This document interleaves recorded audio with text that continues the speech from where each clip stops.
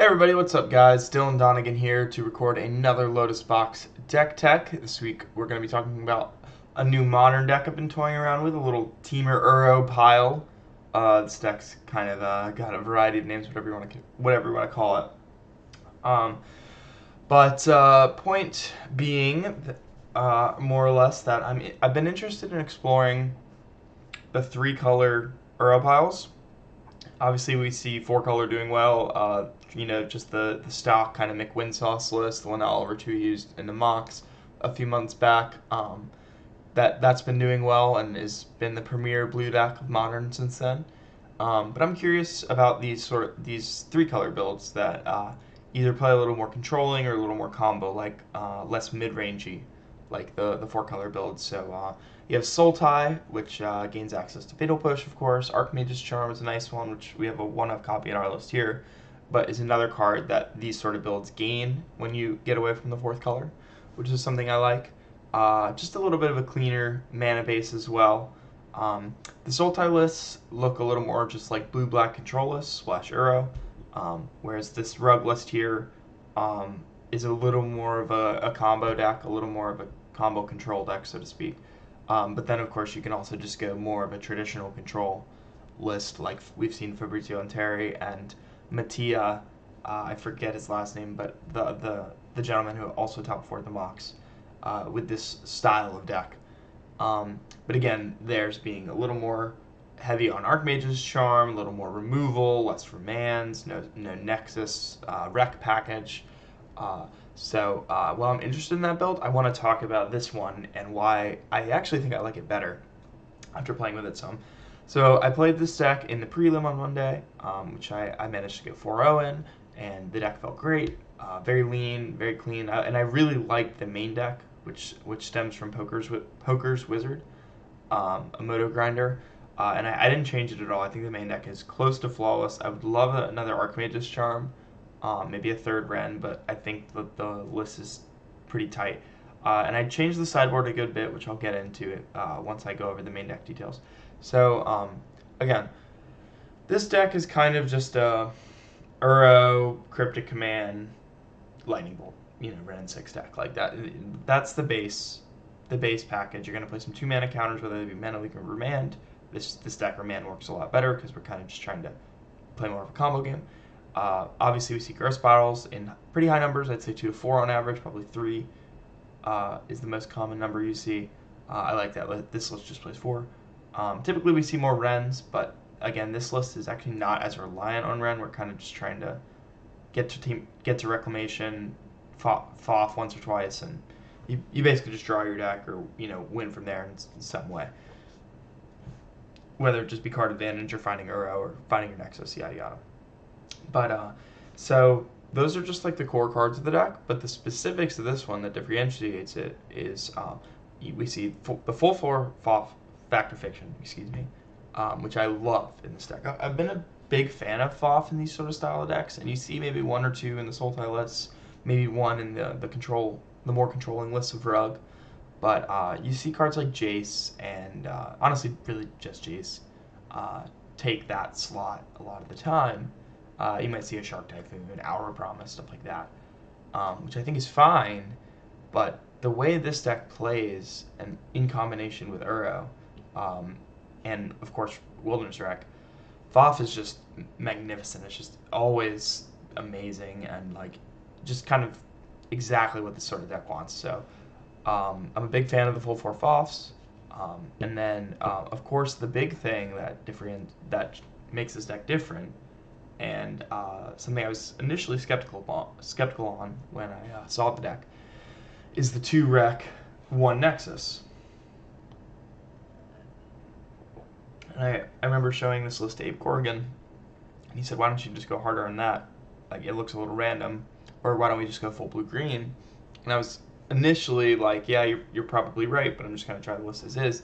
And after playing with it, I loved these cards in these numbers. The reason being is it just gives you inevitability. Like when you're playing this sort of long game versus the 4-color deck, or versus a Titan deck, or whatever it may be, you eventually just get to the point where you have a Rec, and you just start foffing through your deck to the point where you're gonna find your Nexus every turn because you only have a 19 card or a 20 card deck or a 15 card deck, and you find your Uro, or you have a Castle Vantress, or you just need to take 2 turns. Cryptic Command also effectively being another Time Walk. You really just get in these spots where you just draw your deck when you only have 30 less cards in it, and you just need to take 2, maybe 3 turns to win the game. And this sort of package really ensures that, which is really sick. So I was very impressed with the Wreck and the Nexus in those small numbers. Felt like I never really wanted to draw them a lot, but when you did, they were incredibly effective. Wreck just being a pretty decent card in the deck, and Nexus even just winning some games just as a 7-mana Time Walk. I actually found a few spots where it's just Uro, Nexus once, and that was pretty much game. Or just being able to Wrenn, get to Ultimate, or buy yourself that 1 extra turn that you need to Cryptic tap their team, yada yada.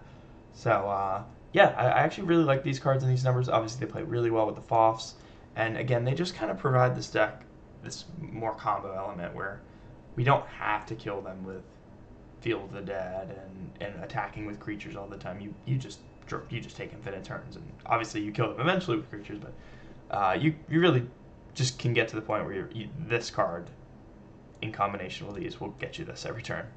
Especially if you have the Vantress, which actually showed up a lot, which is a card that 4 color doesn't get to play that I was quite happy with. The Blast Zone as well. So just two extra incidental additions with this deck that you wouldn't get to play as a 4 color build. And then all right, moving on to the sideboard. I changed a couple things from Poker's Wizards list. It wasn't just the sideboard I didn't love. It was kind of a lot of random 1-ofs and some cards I didn't think had a major purpose. There was a Field of Ruin on the board, which I didn't hate. Engineered Explosives and a Braid, but we've changed up a couple things. I added a second Shark Typhoon. This card actually was really good, just in these blue mirrors where there's not a lot of removal post board. It kills Teferi, which is something that's a big problem for this deck, and just really good as another kind of haymaker card that never can really be too bad. Mystical Dispute, of course. I think I added a second one of these, as in I definitely did. Just great for these blue mirrors. It's a phenomenal card to have. It's really nice too with Wreck, having Veil or Mystical Dispute up. Of course, added a second Veil as well for that purpose. 3 Gust was already there. I think it's pretty self-explanatory.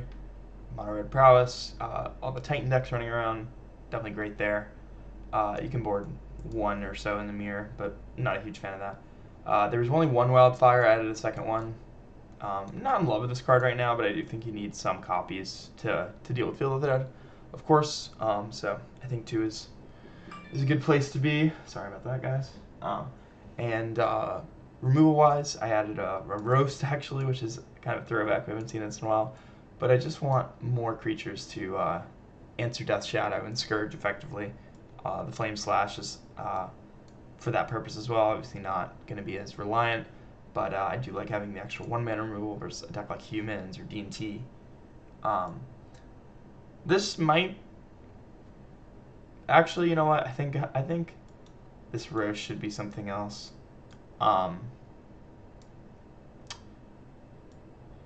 It should honestly just be a Dismember, I think. Because I just remembered that Hammer Time's a big deck now. So I'll add a Dismember for now. It's not the cleanest, but I know a lot of people don't like playing Dismember in decks without black mana like this, or like control decks like this, but I've done it once or twice before. And sometimes it's just you gotta do what you gotta do. So I think this is going to be one of the most effective removal spells for Death Shadow, Scourge, and then of course Hammer Time is why I want the instant speed. So yeah, already went over the Veils. Just want access to a second one in these blue mirrors. It can be really crucial just having a physical second copy of Veil when you either have to use all your Mystical Sanctuaries, whether you either play them early or had to use them on something else. Just having 2 copies, just you always want to draw 1 basically. So yeah, and then I added a second Soul Guide as well, which I think is just relatively necessary or not costly in this sort of format. Like, you're gonna bring this card in a lot of situations, or mirrors versus different varieties of Lyris decks sometimes, and then of course any actual graveyard based deck, which do exist right now. Dredge isn't a non-zero part of the metagame. So something to consider. You could definitely play Ashiok's in some of these slots, the Wildfires or Lanterns probably, and maybe cut one of the 1-mana counters like Veil or Dispute. And then another card you could definitely play is Nightpack Ambusher. I know Fabrizio and co played in their Rug Control list in the sideboard. So I could see a copy or two of those as your pivot plan, maybe over the Sharks. Definitely could see that. Honestly, might have to try that out. So yeah, that about covers it. I think I'm definitely interested in this build. I'm interested in the more controlling builds, but I do think this one's probably better. And then of course trying more just stock Sultai and bunch of Archmage's Charms removal. That deck often doesn't play Growth Spirals as much, so definitely curious to try all three. I've played a good bit of 4-color at this point, and I think that it's a great deck, but like, especially in mirror matches, you would rather be playing cards like Remand and Archmage's Charm. Excuse me. Like you lose some raw power that 4-color has, and some just sheer nut draws. But I think the end result is your deck is a little cleaner, a little leaner, and also better in the mirrors. So, but at the cost of being worse for Shadow, and even versus type decks, you're not going to be able to just kind of overwhelm them as much. So definitely there's costs and benefits, but I'm at least interested in exploring this because it's been more unsolved territory. So thank you for watching. I hope you enjoyed this video. Hope it was insightful, and good luck grinding out there.